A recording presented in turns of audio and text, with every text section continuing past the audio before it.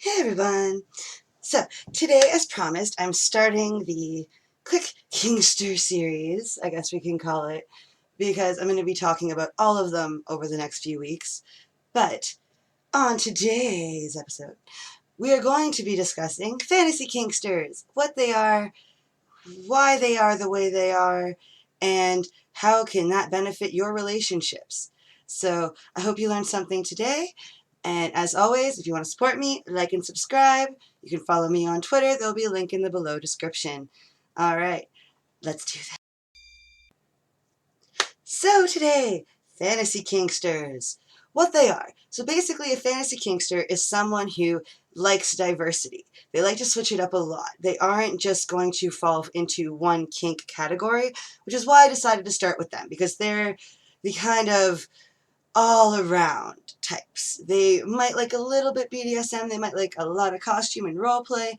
They might, because of the costume and role play, they tend to fall into a bunch of different things. They might like a whole bunch of different plays. So they are not just one thing. They don't just fall into one category.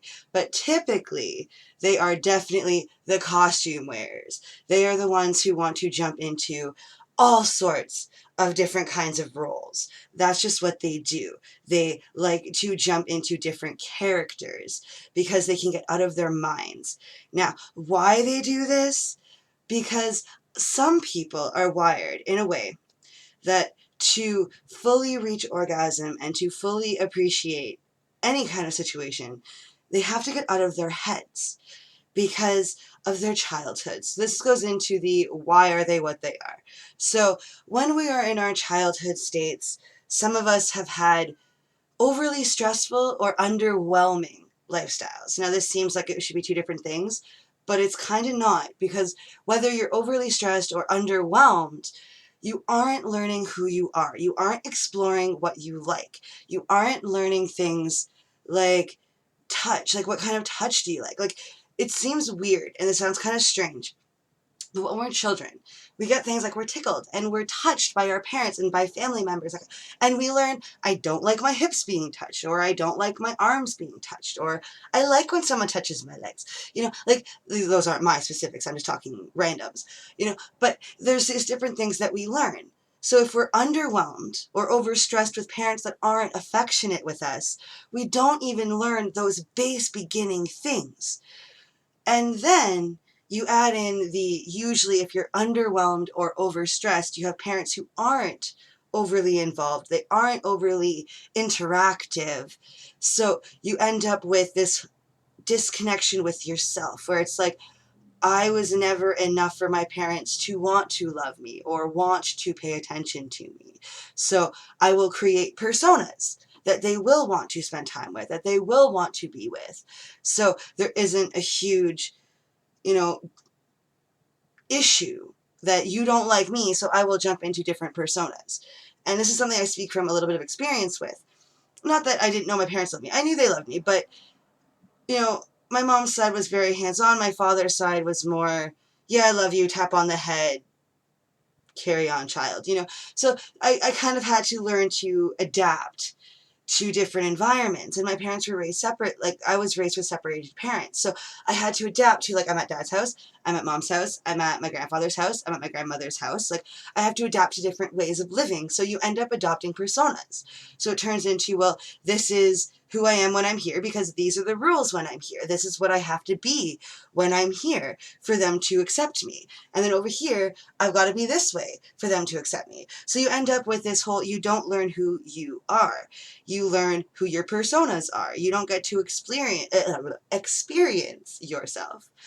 But once you reach the time of sexual exploration, if you don't accept me, that doesn't matter to me. And I can embrace that whole, I can be me, I can be a persona, I can do whatever I want to do, and I'm free to do so. No one's telling me I can't. I don't have to adapt to your way of thinking, as long as I follow your rules, and we always respect the consent box, which I mention all the time. There should always be the consent box, but as long as I am following your specific consent box rules, there shouldn't be boundaries in my creativity, in what I do with what I have. whether it be with costumes or other things. So when you're dealing with a fantasy kinkster, you're dealing with someone who likes to adapt and likes to kind of change up their ways. And you'll see it in their day-to-day lives as well as in the bedroom. You'll see it when they get dressed in the morning. They might pick costumes for what they're going to wear. And I say costumes like, for example, if I'm going to a job interview, I'm going to put on a professional costume. It's going to be the white shirt with the blazer and the nice pants or something, and it's going to be all put together, but it's still a costume to me. It's not that I'm putting on work gear. I'm putting on a costume that is acceptable for the occasion. Just like if I'm putting on a fancy dress to go to a wedding, I'm putting on a costume to go to a wedding. And many fantasy kinksters are the same way, where they like costumes. They like to kind of hide from the world sometimes through their costumes, where it's like, I'm still expressing myself because you still know exactly who I am by what I'm wearing, but you don't get to see everything. And it might change from day to day. Like even on these shows, you'll see like sometimes I'm in my, overcoat and a nice top. Sometimes I am in a nice comfy tank top and jeans. Sometimes it changes. It's not always consecutive. I'm just always in tank tops. I'm always in this. It changes. And those are the costume people, typically. Now you might have the fashion divas that'll argue with me that no, they're just fashion divas who need to change it up for the season. But that's not quite the same thing. You're still always in your, I am a boho, or I am a, whatever. I'm not really, like, I like fashion, but I'm not like the diva that way where, like, you have to be specific into looks, but everyone kind of picks their looks. Some people don't. Some people change it up, and you'll see a different person every time. Like, I walk out of my house sometimes, people are like, I don't even recognize you. And it's like, because I chose to wear a different kind of clothing. Sorry. Like, you just, when you do the makeup a different way and do the clothing a different way, you can change up your appearance. I don't do it to, like, confuse people or, like, mess with people. It's for me. It's because I felt like dressing that way today. Or maybe I'm going somewhere that requires me to dress a certain way, where that's just what it is. Like, if I'm going to go to, like, a Comic-Con or a Graphic-Con, I'm not going to dress in the same way as if I'm going out for lunch or if I'm going out for dinner. It's going to be completely different than if I'm going out to lunch, if I'm going out to dinner. Like, it all changes, and everybody does that to an extent. Like, we always have, like, some kind of etiquette to it. But it's extreme with the fantasy people. It gets a little bit more on the, like, they're in a costume by the end of it. Like, they're just, you don't know who they are until they tell you.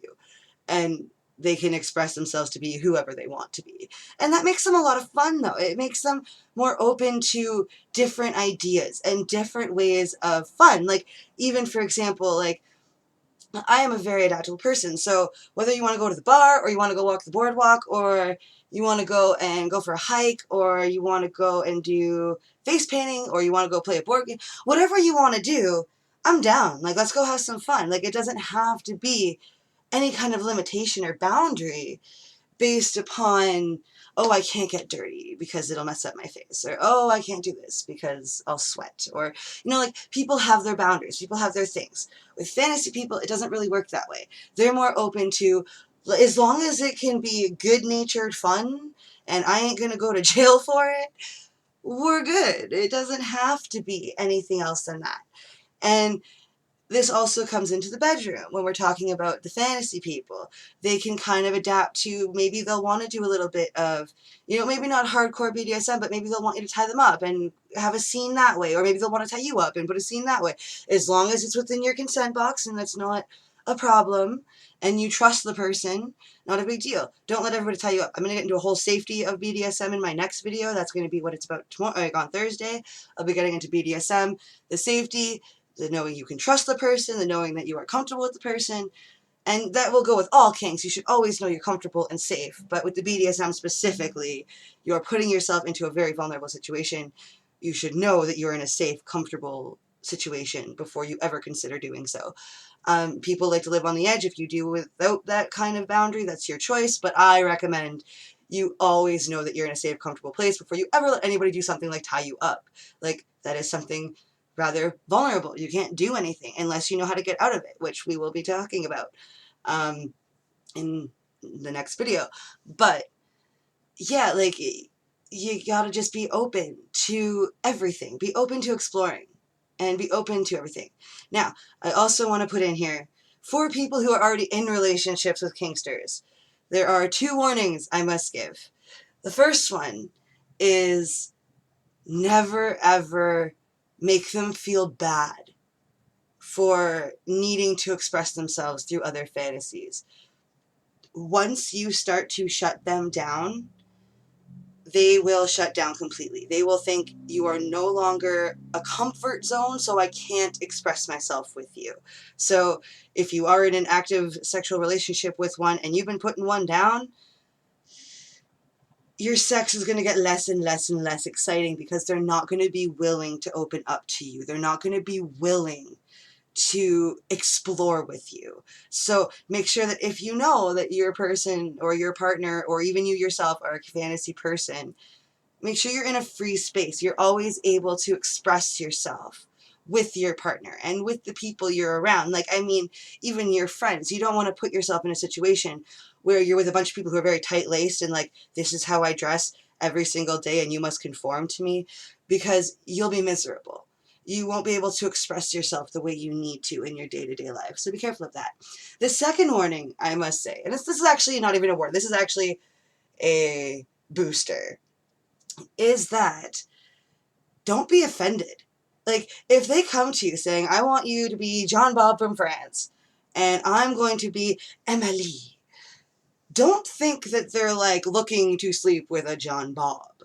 Now, warning to those who are doing these kind of things and playing this way, if they are picking people who you know, then this could be a sign that they are actually considering cheating, that they are already mentally cheating on you and are getting ready to physically do so. Usually narcissists and sociopaths will behave that way. I have a whole bunch of warning signs in my danger or warning sign. I think it's just warning signs or danger signs. But either way, check that out if you haven't already.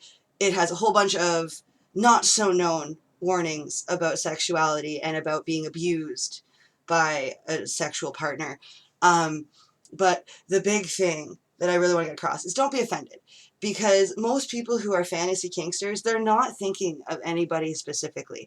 They're not going, oh, well, I'm thinking of my worker, the guy I work with next door, the girl I work with next. It's not usually the case.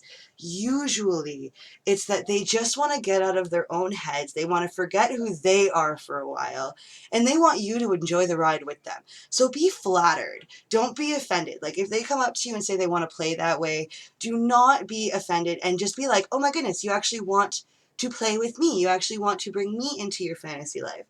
And that is a huge honor, because a lot of them do need to be very comfortable before they allow you into that side of their brain. And the joy is, if you do just allow them to be themselves, accept them for who they are, and just do them, let them do them, and you do you, and you have fun within that box, you could have a different partner every weekend through that same person, because they'll change it up all the time.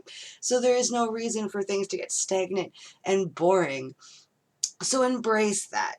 And I'll kind of get with that with the other kinks too, where it's like learn to embrace things. But with the fantasy kinksters especially, embrace it. They're a great time. They're always fun. And they're always just looking to have fun with you. So if they're coming to you and saying that, you be like, yeah, let's do this, because this could be fun. And maybe it won't be. Maybe it'll be a weird experience that'll end on a weird note. But at least you tried, and you let them explore themselves, and maybe they'll realize they didn't like it either, and that's okay. So now you both know it's not the way to go, but it's better to just explore it, see how it goes, and let them have their fun while you have your fun, and then move on. If it's not something that you go for, then move on. Maybe you're not even meant to be with this person. If you're not willing to explore, and you're not willing, like if you're a person who just wants to do it and be done, and that's your way, I think that's incredibly boring, but I wish you well with your life. I hope you have fun with whatever it is you choose to do with your sex life. But don't cut off potential partners or potential friends because they're a little bit weird, or maybe they like to dress in costumes. Guy or girl, it doesn't matter. Like, it's not limited to any gender. Anybody can have the urge to throw on a costume. Maybe they want to be Robin Hood, maybe they want to be Maid Marian. In either gender, doesn't matter. Let them do their thing, have some fun with it, and then move on. Like, it doesn't have to be a weird thing. Don't make them feel bad, because that comes into the first warning of never make them feel bad for needing to express themselves. And you should never feel bad that someone comes to you wanting to express themselves. That is an honor. That is like, they want you into their brains with them. They want you to go on whatever magical plane that they go to when they leave their brains with you. They want you there with them. So be flattered, be honored, feel like, yes, I am so glad you want me in your circle and you want me there. Unless you have no interest in the person, or like you feel like it goes against your consent box, enjoy it. Just explore. Just have fun. Life's too short to sit there with like, no, that's just weird. Like, there might be the odd thing. Again, consent box. I think there's a couple things that are kind of gross more than weird, and we'll get into that with a later kink, and that one will be rather short and to the point because I do think it's kind of gross. I understand where it comes from. I understand what it is, but it's kind of gross. But you'll learn about that when I make the video, so I hope you are left all enthralled, because I'm not going to tell you. I'm going to make you wait till I make the video to learn what I'm talking about. But other than that, you know, if you're not doing something outside that box, enjoy life, have fun. And on that note, I'm going to leave this for the day. Like and subscribe below if you enjoyed it. I hope you check out some of my other videos. And I release videos every Tuesday and Thursday between 8 and 10. So hope you enjoyed this one. Hope you'll enjoy all of them. And sorry about last week, guys, just real quick. I know my video sucked. Like, the video quality itself sucked. I got that all figured out. I'm hoping it'll be better today. And we'll find out when I upload. So have a good night, guys. Bye.